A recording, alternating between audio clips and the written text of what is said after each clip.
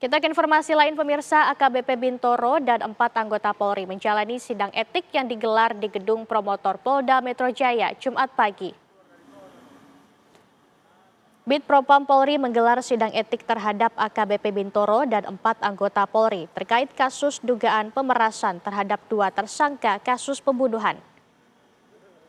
Sebelumnya, mantan Kasat Reskrim Polres Jakarta Selatan ini tersangkut kasus dugaan pemerasan. AKBP Bintoro diduga memeras tersangka AN dan MBH senilai 20 miliar rupiah dengan iming-iming menghentikan penyidikan. Tersangka AN dan MBH diduga terlibat kasus pemerkosaan dan pembunuhan. Selain AKBP Bintoro, 4 polisi juga terlibat dalam kasus ini. Sementara itu, AKBP Bintoro membantah memeras tersangka kasus pemerkosaan dan pembunuhan. Bintoro menyebut tuduhan menerima uang 20 miliar rupiah mengada-ada.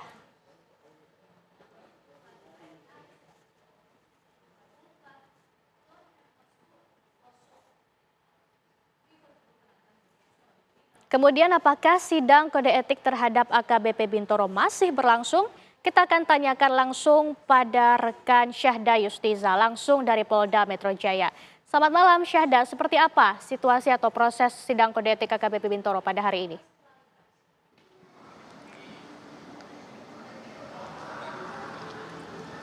Baik, selamat malam Laura dan juga pemirsa. Sidang kode etik yang dilangsungkan pada malam hari ini memang masih sedang berlangsung tentunya.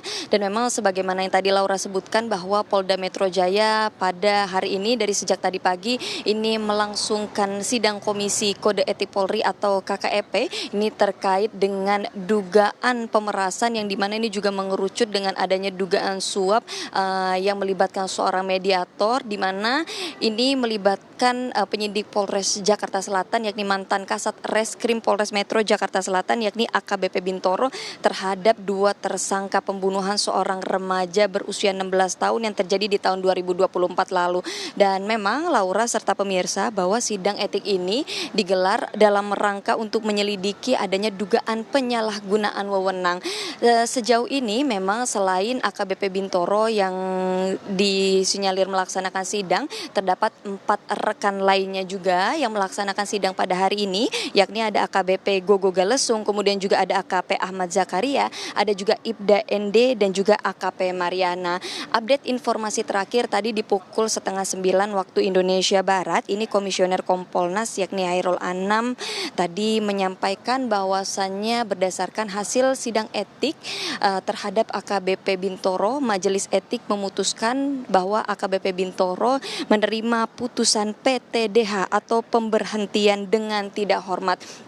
Dan di dalam sidang tersebut AKBP Bintoro memang mengakui kesalahannya yang memang disinyalir bahwa dirinya mengaku menerima uang dari 2 tersangka pembunuhan terhadap korban FA atas kasus yang terjadi di 2024 lalu. Dan hingga sejauh ini tentunya sudah ada 4 yang diberikan putusan selain tadi AKBP Bintoro yang memang diputus PTDH tadi di pukul 7 waktu Indonesia Barat.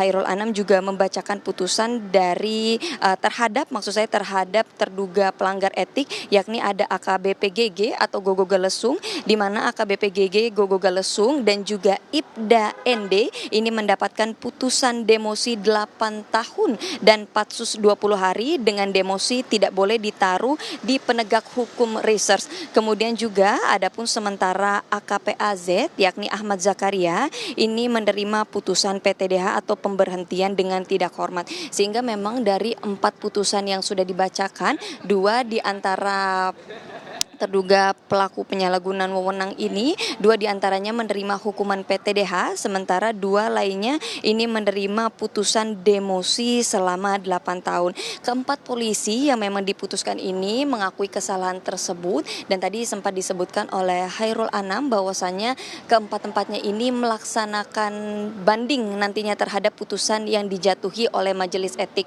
Namun tidak diberikan keterangan lebih lanjut kapan pastinya nanti banding ini akan disampaikan kembali kembali.